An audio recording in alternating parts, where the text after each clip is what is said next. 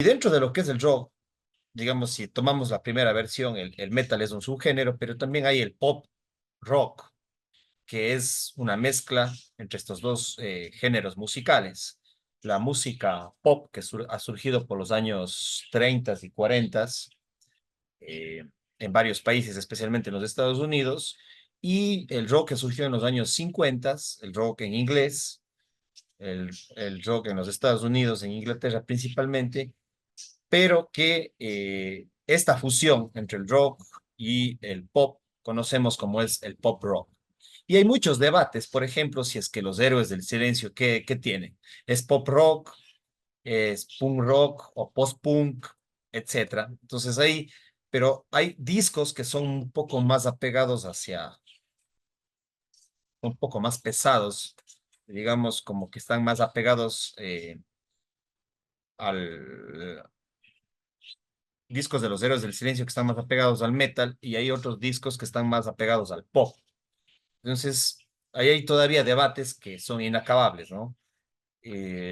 Asimismo, en lo que es Soda Stereo, también hay gente que dice, no, eso no es rock, eso es pop. Bueno, esos debates creo que siguen y seguirán durante muchos años, ¿no? Pero digamos que evidentemente Soda Stereo es un poco más suave incluso que Héroes del Silencio, a pesar de que hayan ciertas canciones que son un poquito más pesadas. Pero en el caso, por ejemplo, de los Héroes del Silencio, vemos que el disco Avalancha y algunas canciones de Espíritu del Vino sí son un poco más pesadas y se aproximan al metal. Eh, por ejemplo, algunas canciones como Deshacer el Mundo, un poquito más pesada que algunas canciones del primer disco que fue El Mar no cesa o que Senderos de Traición. Entonces, eso hay que ir repasando. Hay gente que dice que Senderos de Traición es el disco más propiamente de la esencia de Héroes del Silencio. Hay quienes plantean eso. Mientras que El Mar no cesa es más apegado a la música pop, mucho más suave, que es mucho más suave El Mar no cesa que el disco Avalancha o que el disco El Espíritu del Vino. ¿Eh? Ahí hay expertos, y yo no soy un experto en música, pero sí tengo un conocimiento por cultura general y he visto a muchos expertos que hablan de estos temas, ¿no? Y, y pues Soda Stereo también un ícono, ¿sí? De Argentina, así como Héroes del Silencio en Zaragoza y en España. Soda Stereo tuvo su auge también desde los años 80 y 90 en Buenos Aires, en Argentina y en toda Latinoamérica. Entonces, los dos de diferentes lados del charco, de diferentes lados del océano. Héroes del Silencio de España, de Europa y Soda Stereo de América, ¿sí?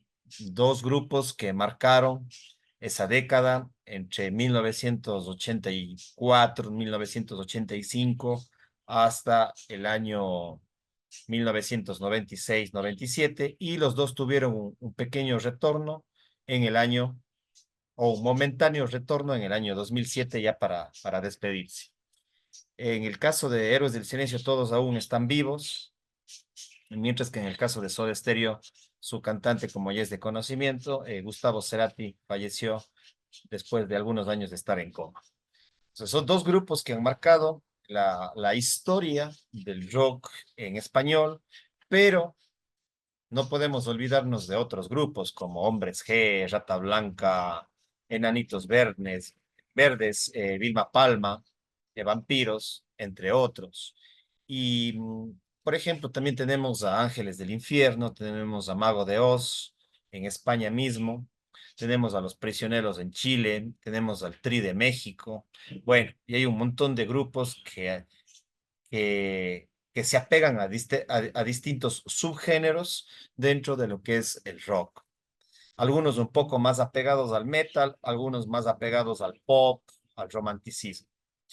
Eh, por poner un ejemplo, Ángeles del Infierno y Rata Blanca, evidentemente su rock está más apegado al metal, ¿sí? Es un rock un poco más pesado. Mago Dios, digamos, es un poco más un rock folk, clásico, un folk tradicional, pero con ciertos elementos del metal, digamos así.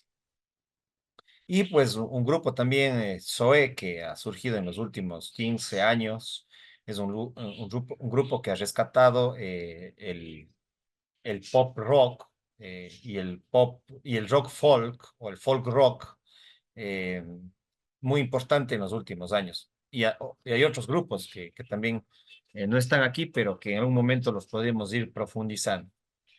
Sin embargo, el rock en español, si bien tuvo su auge entre el 85 y el 95, más o menos, eso no nos quita que desde los años, fines de los 50 y ya en los 60, en Argentina, en España, hubieron muchos grupos que tal vez no han sido tan conocidos o no han estado en este boom de los 80 y 90, pero que ya desde los años 60, desde los años 70, muchos artistas rockeros argentinos, españoles, mexicanos, ecuatorianos, colombianos, han tenido sus raíces, ¿no?